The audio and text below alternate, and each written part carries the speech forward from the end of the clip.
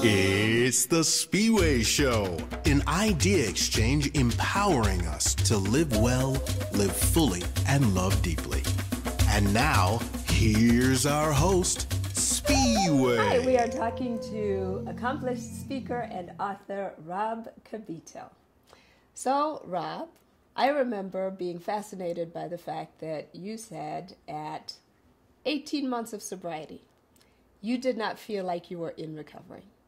At 3 years, at another point of sobriety, you did not feel like you were in recovery. Do you feel like you're in recovery now, and what made that difference? Yeah, the short answer to that is yes. And what made the difference was my willingness to start looking even deeper. And I talk about the layers of the onion. Mm-hmm. I came into a program to learn how to stop drinking. I came into a program to try to get the heat off my back. I didn't know I was going to find out all these other things about me. And so 18 months in, there were a certain set of emotional issues that were dealt with. 3 years, a different set. Mm-hmm. 4 years, a different. And it wasn't until about 5 years into recovery that I truly started feeling like I had gotten to a place that I'm really living in today. And that's what recovery is. It's all about today. It's all about living in the moment. And I now have enough tools that I can cope with life. I have enough tools that I have some emotional well-being. But I also have enough understanding about my own nature that I know how to live now. That came 5 years in. So how do you cope differently? Because, you talk about other addiction. Well, my addiction shifts from one thing to another, mm-hmm. and it always has. It was alcohol, and then it was drugs, and then it was shopping, and then it was food, and then it was sex, and you name it. I'm addicted to more. Mm-hmm. I was addicted to everything that would make me feel better, and it wasn't until I really started looking at my behavior and became honest with myself and willing to look at my behavior, that's when it changed. Because at that point, I wasn't blaming other people for what was happening in here. Uh-huh. At that point, I was no longer holding other people responsible for my feelings. At that point, it was all about what I had done. And once I was willing to look at that, I was also willing to change that. And that wasn't changing you or anybody else. It was all right here. Let's talk about culture and spirituality. Mm-hmm. Because you talk quite a bit about that in this book. I'm going to just ask a really broad question. What was the role that culture played in your life and your recovery? What difference did it make that you sort of came into this recognition that you are a Native American, this is the tribe that you came from, and all of the things that you learned? Well, it wasn't something that I grew up with. I mean, it was inserted mildly at different times when I was growing up, but it wasn't until I had a complete meltdown where I was in the fetal position in my apartment that I was reintroduced into my culture. And it was through a shaman who came to me and asked me if I knew who I was, mm-hmm. if I knew where I was from, if I knew what my cultural upbringing was, if I knew anything about my ceremonies, my tribe, my nation, the world, anything about us as a society. The short answer to that was no. Why did it make a difference? I felt connected. Mm-hmm. I felt immediately connected. There's this rich, beautiful history of Native Americans in this country and throughout the world. There's indigenous people, and every one of us is indigenous in some way. Mm-hmm. But I was able to go back and look at where we lived and how we grew up and what our ceremonies were and what our language was. That was really important for me. It was really important for me to look at a family tree and know that I was from somewhere. Yeah. Somewhere. And that helped. Oh, amazing. I didn't, up until that point, I didn't know where I belonged. Was it with the athletes? Was it with the stoners? Was it with alcoholics? Was it, mm-hmm. Where was it? Where do I belong in this world? And once I was able to start connecting myself back into my community, world of difference. That's interesting because, I'm originally from Zimbabwe. And so we call it a clan, which is kind of like a tribe, right? So my clan, I come from the Moyana tribe, and that's my maiden name, and it's my daughter's middle name. And so when I took my girls, they're 7 and 9, took them to Zimbabwe so they could see this is where we come from. Yeah. Ever since then, it's been interesting because I find myself from time to time looking at my girls and saying, you are Moyanas, Moyanas don't do that. Mm-hmm. And there is that sense of connection to this is who we are, this is who you are, and there's certain things that are not acceptable because this is who you have to be and this is the name that you carry, and you have to respect that name and that identity. And so I found it interesting as I read about your journey of sort of self-discovery and discovering of this is who I am and this is where I fit, because it seemed to really make such a huge difference. It did, and when I look at this number today, I have such a profound respect for it and so much pride in it because I'm connected to something. It's an important aspect of who I am. It's no longer my identity. I don't really have an identity anymore. I don't really have to be the president of a company or a man in recovery or a Native American or a roll number. I don't identify myself that way anymore. But the thing that this did is it gave me some background. It gave me a backdrop. It gave me a foundation that I did not have before this book was written.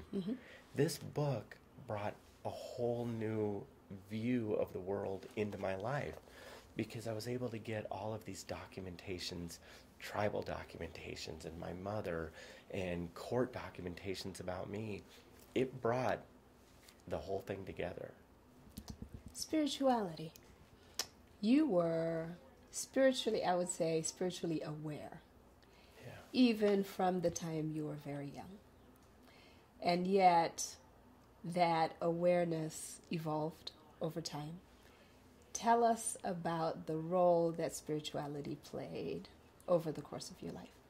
Well, as a young child, I always had this connection to this mountain. I mean, it's just a beautiful place, and it had this incredible calmness to it. And so I was always connected to that mountain, and it led me throughout my life. I always thought there was something greater and something bigger and something more going on than just what's happening and what's housed in this body. Yes. So you fast forward all these years, and I was able to start cleaning my mind up and my body and my spirit, and I got to a point where I wanted to investigate what was going on out there. How do other cultures do it? The way we do it here isn't the way it's done in other places. And I wanted to know that. I wanted to know how other people prayed and how they talk and what their ceremonies were and what their tribal traditions were. And it led me on this incredibly rich journey around the world. I mean, I've gotten to be exposed to things that I just have a great gratitude for. Okay, so do you have, one of the underlying tenets of the Spiwe show is this idea that I call them life manuals. It's the spiritual text, right? So for one person it's the Bible, for somebody else it's the Bhagavad Gita, for somebody else it's the Quran. But they all are our best manual for how to live. You've read the Bhagavad Gita. Yeah. Have you read other life manuals too? Yeah, there's a lot of them that one leads me to another. Okay. I was asked, I think you even asked me, what is one of the questions, what is the most asked question of me? Well, I have about 4 or 5 of them, but one of them in particular is you should put together a manual of books because you talk about so many in this book. Yes. But these books lead me from one book to another. It's almost like a big jigsaw puzzle. And I've been able to put them together because one author will mention another author, and then if you look at the index, it'll go to another and another. Dr. David Hawkins has been so incredibly influential in my life. That book, Power versus Force, Eckhart Tolle, the Bhagavad Gita, Russell Means. I mean, there's so many of them. The Four Agreements, Don Miguel Ruiz. I mean, all of these books, Anthony DeMeo, and these books lead from one to another, and they give you a little shard of spirituality, and then they open the door for another and another and another. Because do you find that actually truth is, you find that the string of truth in all of them is the same? So whether you're reading the Bhagavad Gita, or when I read the Four Agreements, I thought, this guy must have read the Bhagavad Gita. Yeah.